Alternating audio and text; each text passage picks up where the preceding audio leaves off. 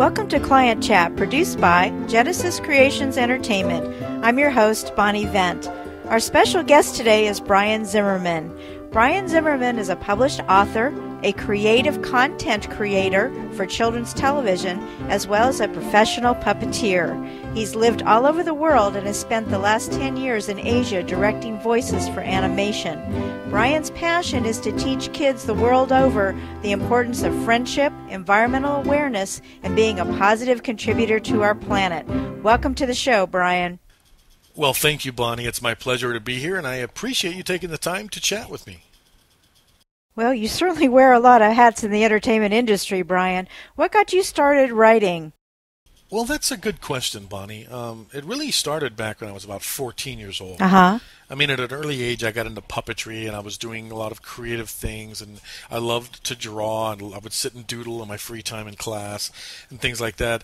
But my greatest fear, because I was a dyslexic kid, was the fear of getting up in front of people and reading. So the thought of writing something had never even crossed my mind. I mean, I did as little of it as possible in class, and the thought of doing it for my own enjoyment was just had never dawned on me. Uh-huh. But I was actually sitting in a library one day during one of my class periods. I was a librarian's aide, and it was after I had gotten my work done, and I was sitting there doodling, drawing some pictures, and the librarian's assistant, this teacher named Miss Kostick, a very sweet lady, she came up and saw me doodling, and she goes, "Brian, you ought to write a story about those funny creatures." And I don't know, for some reason when she said that to me, I just thought, that's a really good idea. Wow, great. And the characters, I mean, they were really funny looking characters. I mean, obviously I thought, well, there would probably be some sort of an interesting story behind these characters. And I went home and I thought about it, and I ended up writing a story about these characters, and it was about 150 pages long and about 7 chapters long. And it was quite an undertaking, and it took me a couple of weeks to do it. I bet. But I wrote my first story.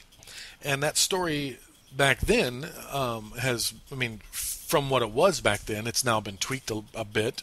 But I've actually tweaked it and turned it into a concept for a children's television show called Geronimo Joe that I'm hoping to have produced someday soon. So do the books come before the television shows? How is all that connected? Well, actually, not necessarily. I mean, I wouldn't say it always works out that way. There obviously are ideas that I had for books, for storybooks as a younger adult that have through the years stayed with me and have ended up becoming a television show. I mean, the one that actually has become a television show is Planet Bizarro. Wow, great. Which is basically what my Little Bizzaros and the Big Oogly Boogly book are based on. There are a couple other things that are actually currently in pre-production to become animated shows. There's a story, a children's book idea that I dreamt up in China about some Chinese folklore that has now been tweaked and tweaked and tweaked and has turned into a show called Ghost Hunter Dax that's actually in pre-production right now with an animation studio in Singapore. But sometimes the ideas come and they are specifically something that I think is going to make a good TV show. Sometimes the concepts that I've created through the years for children's books or stories that I've actually written, I plan to make into a TV show. The book that I have coming out soon, Space Scurvy, The Two Islands of Captain Culpepper, it actually is already slated by a production company here to seriously be made into a 13-episode television show, if obviously if the funding can be put in place and all of that.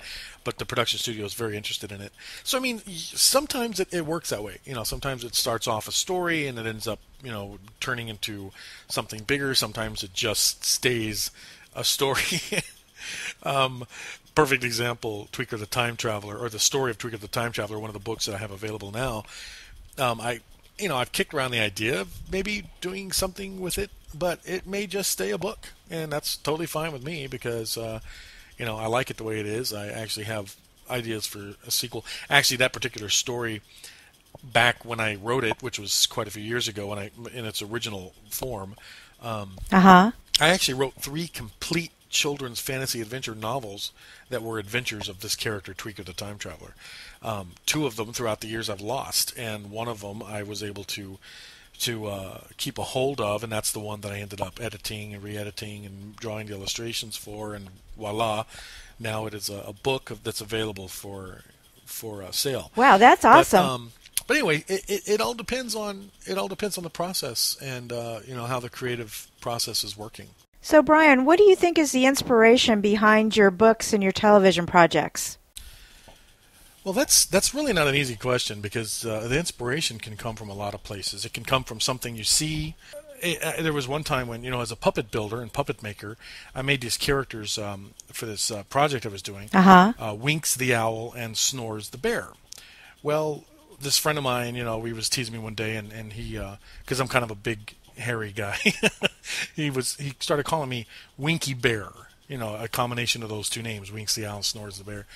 And anyway, and then later on, the kind of as a retaliation, the nickname Pinky Poo, came up, and so Winky Bear and Pinky Poo had a really cool ring to it to me, and I kept thinking about that, and one day I thought, what a cute idea to have a story about 2 very unlikely friends that live in the Arctic, a little baby, not a baby, but a young polar bear and a young penguin that become the best of friends, and I named them Winky Bear and Pinky Poo, and created an idea for not only a children's story, but I've gone on to create an ebook, a 3D ebook that's available online, and wow, great.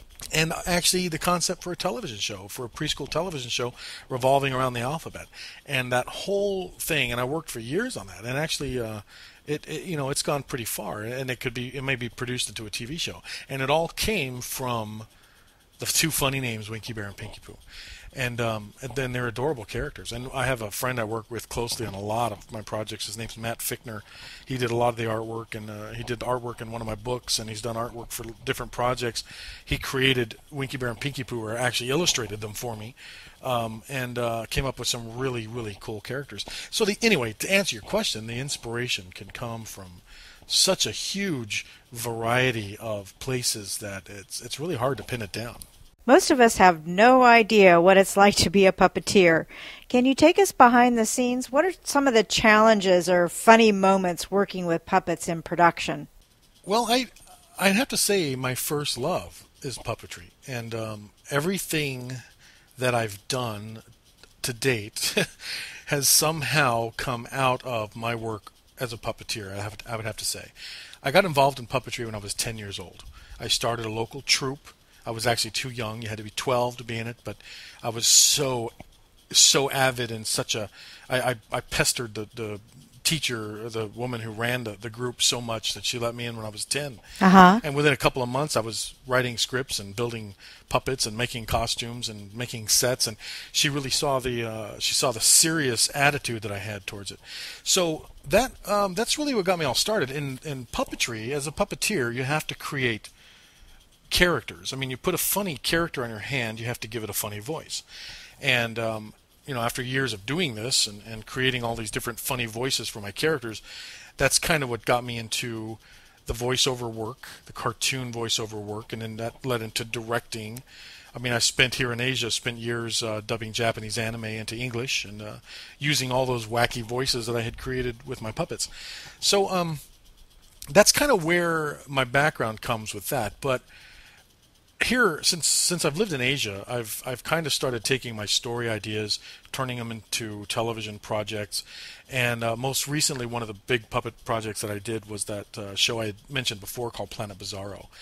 It was actually it was a version of the original concept that I came up with years ago, but I tweaked it to make it a little older. I made the character Zoomer, the main character, a little bit older, tweaked him, made him a teenager, had him interacting with an Earth teenager and telling stories about all the wacky stuff that happened on this planet that this Earth teenager could identify with. And anyway, as far as productions go, that's the experience that I have in puppet production and live shows and that. But when you get into doing it for television, it's a whole different ballgame, because it's a lot more. Well, I don't want to say it's a lot more work, but it's a different it's just a horse of a different color, because you're dealing with different. You have to do your performance, and you have to do it again for different takes. And if something was wrong, you got to do it again. And as a puppeteer, you're looking at a monitor that's usually reversed, so you're looking at a mirror image of yourself or of your puppet character. And you're just doing a lot of things at once. You really have to be able to multitask and perform. And it's not easy to do. I bet. And people that look at puppeteers, like yourself, you said you don't even know what it's like. Well, it's not easy, because you have to be a lot of things to be a good puppeteer. You have to be an actor, absolutely. You have to be a voiceover talent. You have to take those particular talents and then work vicariously through an inanimate object, which is your puppet. And the goal of any good puppeteer is to bring that puppet to life. And those are the challenges. I mean, as far as just if you can watch TV and you can see the difference between people like Jim Henson, who did it absolutely right, and basically were the groundbreakers, of the entire industry. Or you can look at other shows that just don't, reach that standard, and you can definitely see a difference. As far as funny anecdotes, I mean, there are a lot of funny things that happen on a set of a puppet show, I have to admit. Some of them I can talk about, some of them I can't, if you know what I mean. But I would say the funniest anecdote for me was when I was a teenager. I had this friend who was a huge guy. He was like 6'3", and he was one of my really, really great friends. And I used to work at a summer camp, and he would always ask me to take my puppets out and make them talk and all that. And I had this one smart aleck puppet named George. I had given him this really smart aleck personality, kind of sarcastic character. And my friend specifically liked this character because he liked to argue with him. And I would be sitting there with the puppet on my hand, talking to this guy with the puppet, and they would get in these enormous arguments. And one day, the guy, this friend of mine, was taking it really seriously, and he was like, "Oh yeah," and he was arguing and arguing. He goes, "You're just a stupid puppet." And then I had the puppet look at him and go, "I'm stupid? I'm not the guy who's arguing with the puppet." And of course, the guy was like extremely livid after that, because he was realizing how ridiculous he looked arguing with a puppet. But anyway, that's one of my funniest memories or anecdotes. But puppetry's great fun, and I love doing it. It's definitely my first love. You have 3 children's books recently released. Can you give us a little taste of each one? Well, sure, I'd be happy to. The books that have recently come out, the first one is The Story of Tweeker the Time Traveler. And that is actually one of the first stories I wrote as a teenager. I wrote it years ago, and it came right after the original one I told you about that my teacher inspired me to write. And over the years, I've tweaked it and tweaked it and tweaked it, and I actually sat down and wrote 3 complete manuscripts that were adventures of this character Tweeker, the time traveler. And over the years, I've actually lost 2 of those manuscripts, but the original one, the first one, I still had. So recently, I've tweaked it and re-edited it and drawn illustrations to go with it, and it's basically a story of a little boy from another planet, Tweeker. He lives on Havulus 12, which is a planet somewhere in the galaxies out there in outer space. And anyway, his planet is bombarded every decade by these horrible creatures that live on a nearby solar system. And anyway, during one of these bombardments, Tweeker hides in this museum. He's out and about. Things are getting blown up all around him. He hides in this museum to get away from all the danger, and he ends up hiding inside of, and it's a museum, so it's full of antique exhibits from all over the galaxy. And he hides in this old Earth prototype time capsule. And when he's climbing into it to be safe from all the explosions around him, he accidentally activates the thing, and he ends up going off into time and space, and he has his first adventure. Now, the computer can talk to him and everything, and he ends up calling it Metal Mouth, and they end up, creating a friendship. But anyway, it's just an adventure about this character going to prehistoric Earth and having an adventure, making new friends and experiencing new things, and it's a lot of fun. I'd say the message in it is all about friendship and looking past people's differences and accepting them for who they are anyway. Wow, great! And so that's the first book. The second book is actually based on the original conception of Planet Bizarro. When I first created Planet Bizarro and was looking at producing it into a TV show, I wrote a script, a pilot script for an episode called The Big Oogly Boogly. And so I liked the script so much that I actually took it recently and created a children's book using some pictures that a friend of mine named Dominic, I had Dominic do a storyboard for me several years back, and the storyboard, there were colored illustrations that were just fabulous. So I actually took those illustrations and tweaked them and added to them and did some of my own in the same style and kind of created all of the illustrations for this book. But anyway, again, it's one of the adventures of the Little Bizzaros, and it's basically about these little creatures that live on another planet, and they have a run-in with a guy that they think is a bad guy, and they find out after being afraid of this guy because they think he's bad, jumping to conclusions and basically assuming things cause Zoomer to think that this is a bad guy. But when the real bad guy comes, who's an evil space pirate named Zargon, when he comes to cause trouble, it's actually the guy they thought was the bad guy who comes to the rescue and saves them. And so that book is called The Little Bizzaros and the Big Oogly Boogly. And it's about, how we can jump to conclusions about things and hurt people's feelings. And these characters find out that the guy that they didn't like and were afraid of was actually, had the potential to be their best friend. So it's a really cute story, and it's got a really good moral. And the characters are just, I love them. They're just adorable. The third book is actually coming out soon, and it is actually the re-edit and revamping of two books that I had published several years back called Pirate Planet Adventures.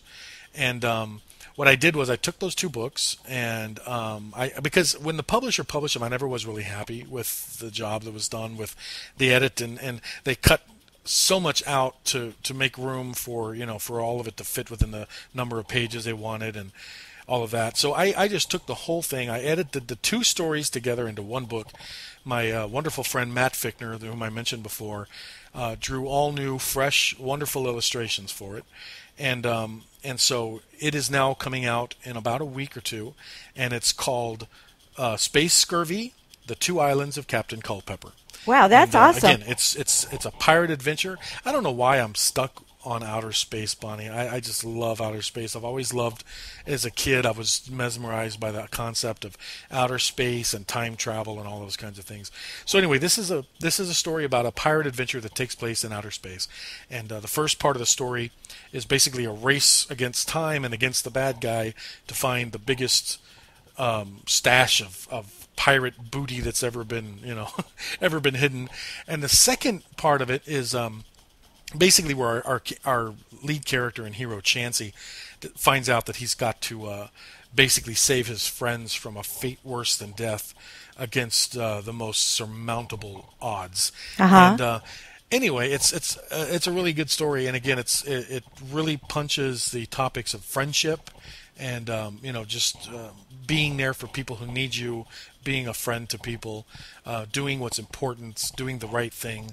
And yet it's a big adventure, and it actually, a little bit of trivia for you. It is actually one of the first stories. When I first wrote the story, it was actually one of the Tweeker the Time Traveler adventures. He actually went to a planet where there were pirates, and the story ended up being so strong on its own that I basically took Tweeker out of it and made it its own story. And ever since then, I've been tweaking it and polishing it and coming up with just what I felt was the perfect